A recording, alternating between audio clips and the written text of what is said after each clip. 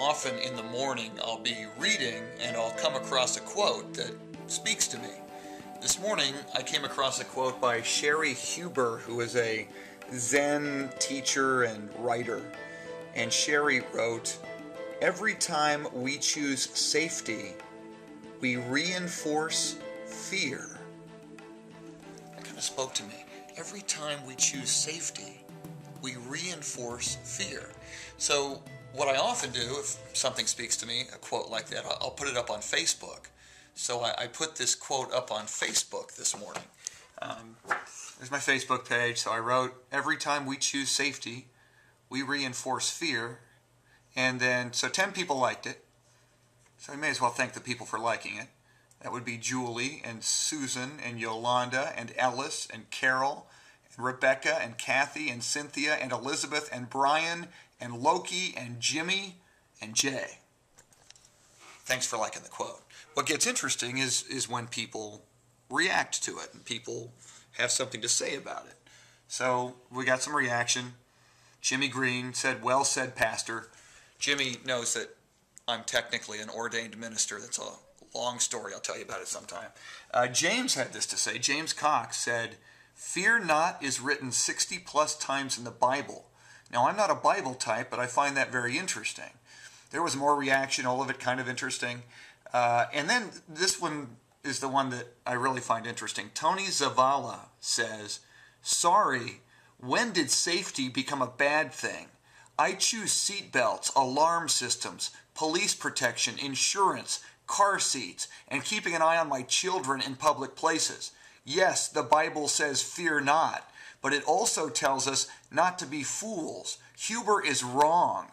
When we choose safety, we reinforce prudent and shrewd decision-making. Finally, never speak in absolutes." And a nice smiley from Tony. So I also want to thank Alan, Lori, James, Natalie, and the other people who commented. Now, when I read this quote, I wasn't thinking, let's don't wear seatbelts. Let's go 100 miles an hour down the highway. Let's jump off mountains. I thought about decisions in your life.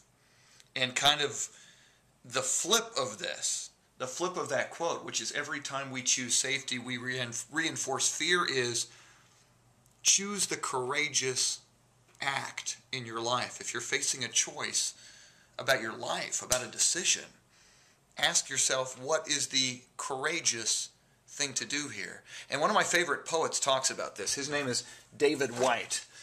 This is a DVD of David's where he gives a talk in San Francisco. If you can ever check out the poems, the audio CDs or podcasts or downloads or DVDs of David White, the guy is phenomenal.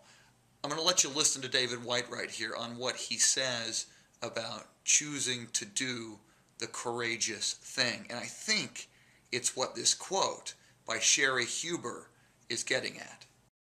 So one marvelous question that you can ask yourself when you're confronted with a dilemma or a choice between directions where you have to go, or a version of a life that you want versus another version that you're presented with, is to ask yourself what the courageous decision would be.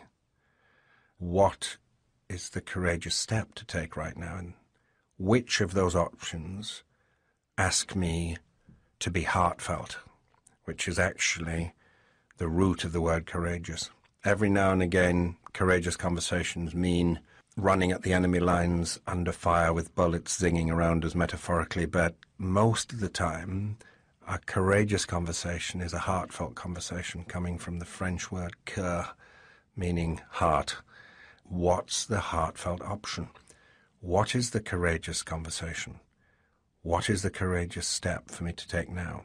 Which way is courageous and which is ordinary? And almost always you'll be confronted, by definition almost, with a direction that you don't want to take.